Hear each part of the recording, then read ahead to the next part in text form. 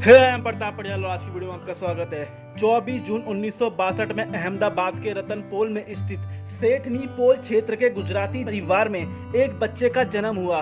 उनके पिता का नाम शांतिलाल और माता का नाम शांता और उनके 7 बच्चे थे और उन 7 बच्चों में से एक का नाम था गौतम अडानी।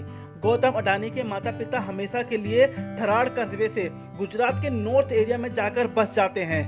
90 के दशक में गौतम अडानी जी का अपहरण हुआ था। कहा जाता है कि ये किडनैपिंग फिरौती के पैसों के लिए किया गया था। गौतम अडानी जी बचपन से ही कुछ अलग करना चाहते थे और आगे बढ़ना चाहते थे। वो अपनी एज के बच्चों से अलग थे।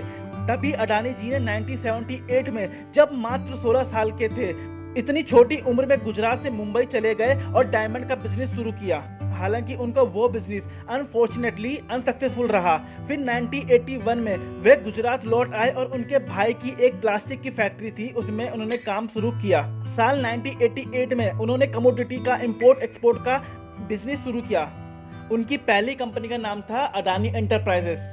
साल 1991 में आर्थिक सुधारों की वजह से अडानी जी का बिजनेस डाइवर्सिफाई हुआ और गौतम अडानी जी बन गए एक मल्टीनेशनल बिजनेसमैन। साल 1995 गौतम अडानी जी के लिए एक बहुत ही सक्सेसफुल साल रहा, क्योंकि अडानी जी को मिला मुद्रा पोर्ट को ऑपरेट करने का पूरा कॉन्ट्रैक्ट।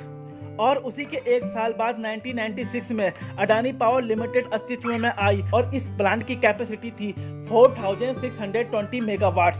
और फिर अडानी जी ने ऑस्ट्रेलिया और इंडोनेशिया में माइंस, पोर्ट और रेलवे जैसे कारोबार में भी कदम उठाया।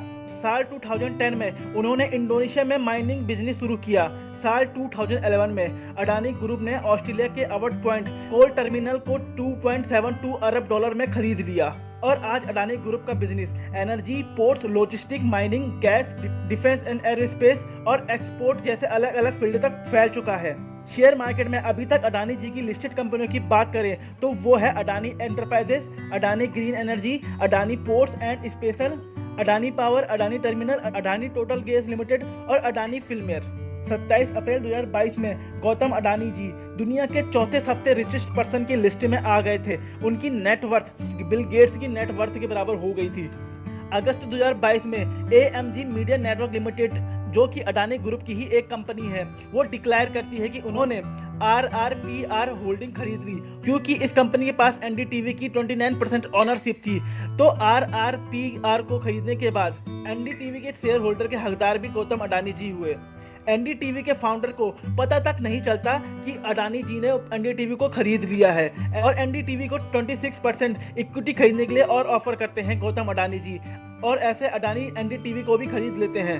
और 2023 में अडानी कंपनी में ये आरोप लगाया जाता है हिंडनबर्ग कंपनी के द्वारा कि ये अडानी ग्रुप ने अपनी कंपनी के शेयर की मैनिपुलेशन की है। और ये एक रिपोर्ट पेश करते हैं जनता के सामने, जिस रिपोर्ट का टाइटल होता है how the world's third richest man is pulling the largest con in the corporate history. इस रिपोर्ट के आने के बाद अडानी ग्रुप को लॉस होता है $45 बिलियन का, और देखते ही देखते थर्ड रिचेस्ट पर्सन से 22वीं की पोजीशन में आ जाते हैं गौतम अडानी जी। इस रिपोर्ट से आरोप लगाया जाता है कि अडानी जी हकीकत में बहुत कर्जे में है और उनका बिजनेस लॉसेस में है। इस कंपनी के अंदर के हालात बहुत ही खराब है।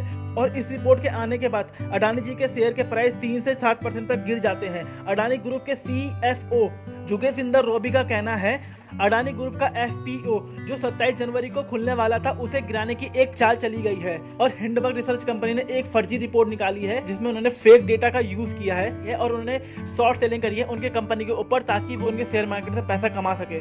पर उनका लॉस इतना ज्यादा बढ़ गया था, लोगों को लगा कि कंपनी खत्म होने वाली है। पर धीरे धीरे अडानी ग्रुप अब दोबारा से वापस आता दिख रहा है। उसके लॉसेस अब स्टेबल हो चुके हैं और उनको विदेशों के बिजनेसमैन से भी सपोर्ट मिलने लग गया है। अब धीरे धीरे लगता है कि अडानी ग्रुप फिर से अपनी वही पोजीशन में आ जाएगा। तो मिलते हैं अगली वीडियो में। जय हिंद, वंदे मातरम।